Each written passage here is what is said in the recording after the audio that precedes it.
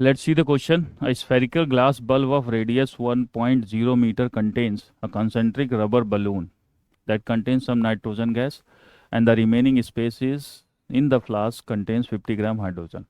In the given condition, radius of the rubber balloon was found to be 40 centimeter. Now, the seal of the glass bulb was opened and 25 gram hydrogen was further added, okay, and resealed.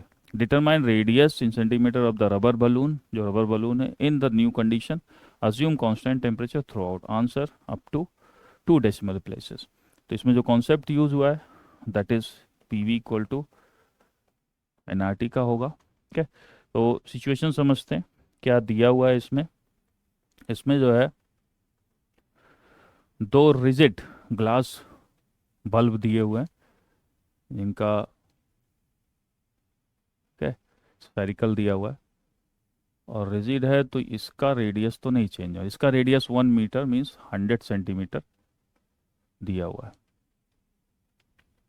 ये fix है। ठीक है, दूसरा बोला इसके अंदर concentric balloon है, एक बलून है इसके अंदर कॉन्सेंट्रिक जिसका रेडियस हमारा 40 दिया हुआ है। ठीक है, और यहाँ पर बलून के अंदर नाइट्रोजन गैस है और बाहर हाइड्रोजन गैस ये दिया हुआ है। ठीक है, और दूसरे केस में बोल रहा है कि यहाँ पर थोड़ा सा हाइड्रोजन ऐड कर दिया, थोड़ा सा मतलब यहाँ पे पहले 50 ग्राम हाइड्रोजन है, ठीक है, 25 ग्राम और ऐड कर दिया गया तो कितना हो जाएगा 75। तो बाहर गैस बढ़ेगा, प्रेशर बढ़ेगा, प्रेशर को बैलेंस करने के लिए वॉल्यूम जो बलून है फ्लेक्सिबल है तो कॉन्ट्रैक्ट करेगा, उसका रेडियस कुछ कम ही होगा। ठीक है, तो यहाँ पर जो है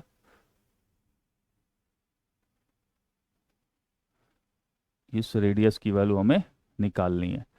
बाहर हाइड्रोजन है, ठीक है, और अब 75 ग्राम ऐड कर दिया इन्होंने, नाइट्रोजन का अमाउंट वही है। ठीक है, टेम्परेचर दोनों जगह सेम है। तो यहाँ पे जो है एक बात सत्य है कि जो pressure inside balloon, total pressure तो इसमें डिफरेंट हो जाएगा यहाँ पर, बट जो बलून के अंदर पहले केस में जो बलून के अंदर प्रेशर है इनसाइड, ठीक है, यहाँ पर अगर प्रेशर हम लिखते हैं P1 P2 तो P1 इक्वल टू P2 होगा।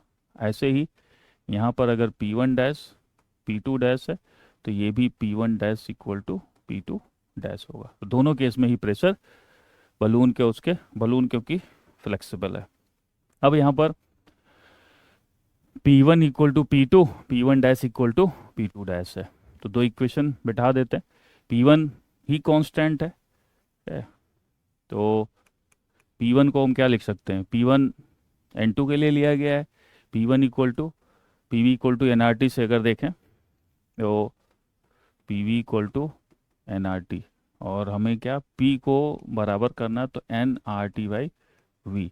यहाँ मास के टर्म में दिया हुआ है तो mass W R T by molar mass V। Okay, so यहाँ पर जो है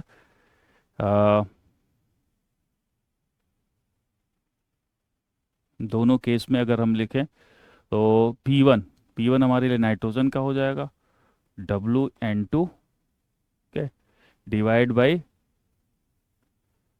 molar mass of N2 28 molar mass of N2, ठीक है, और वॉल्यूम N2 का वॉल्यूम कितना हो जाएगा भाई, N2 4/3 पाई 40 का क्यू, N2 इनर वाले में 40 है। ठीक है, तो वॉल्यूम हो गया W/m हो गया आर की वैल्यू ऐसे ही रहने देते हैं, टेम्परेचर टी भी ऐसे ही रहने देते हैं। फिर उसके बाद में बाहर को बैलेंस कर रहा है, W 250 है, ठीक है, ये आपका 50 है,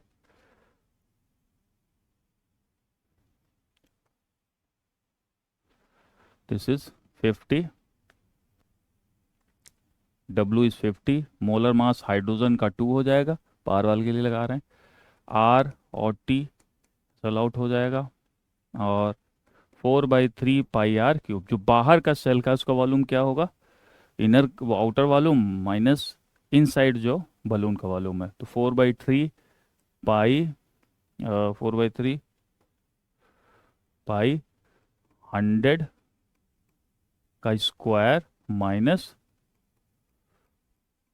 40 का स्क्वायर। ठीक है, तो यहाँ पे अगर देखें तो आर टी कैंसल आउट, ये कैंसल आउट। ओके, तो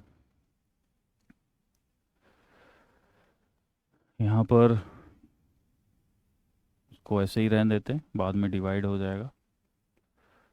तो that comes out to be WN2/28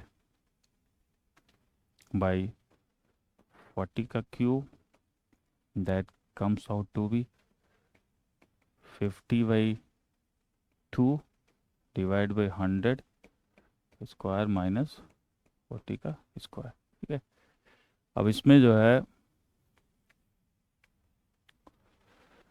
इस वाले कंडीशन के लिए लिखते हैं।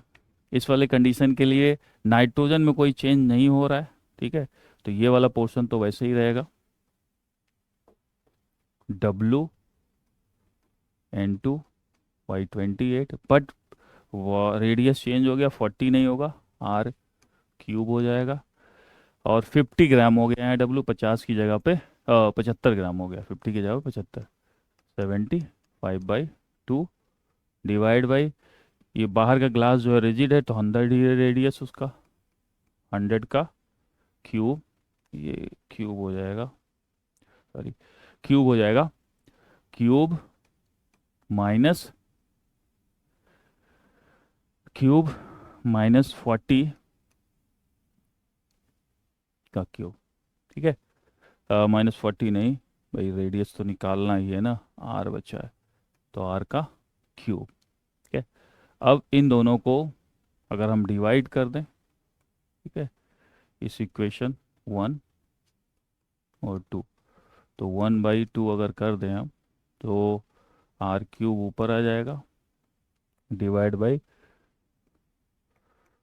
40 का क्यूब। ठीक है, और 2 कैंसल आउट, 50/75, ये ऊपर चला जाएगा, 100 का cube minus r³ divide by 100 का क्यूब माइनस 40 का क्यूब।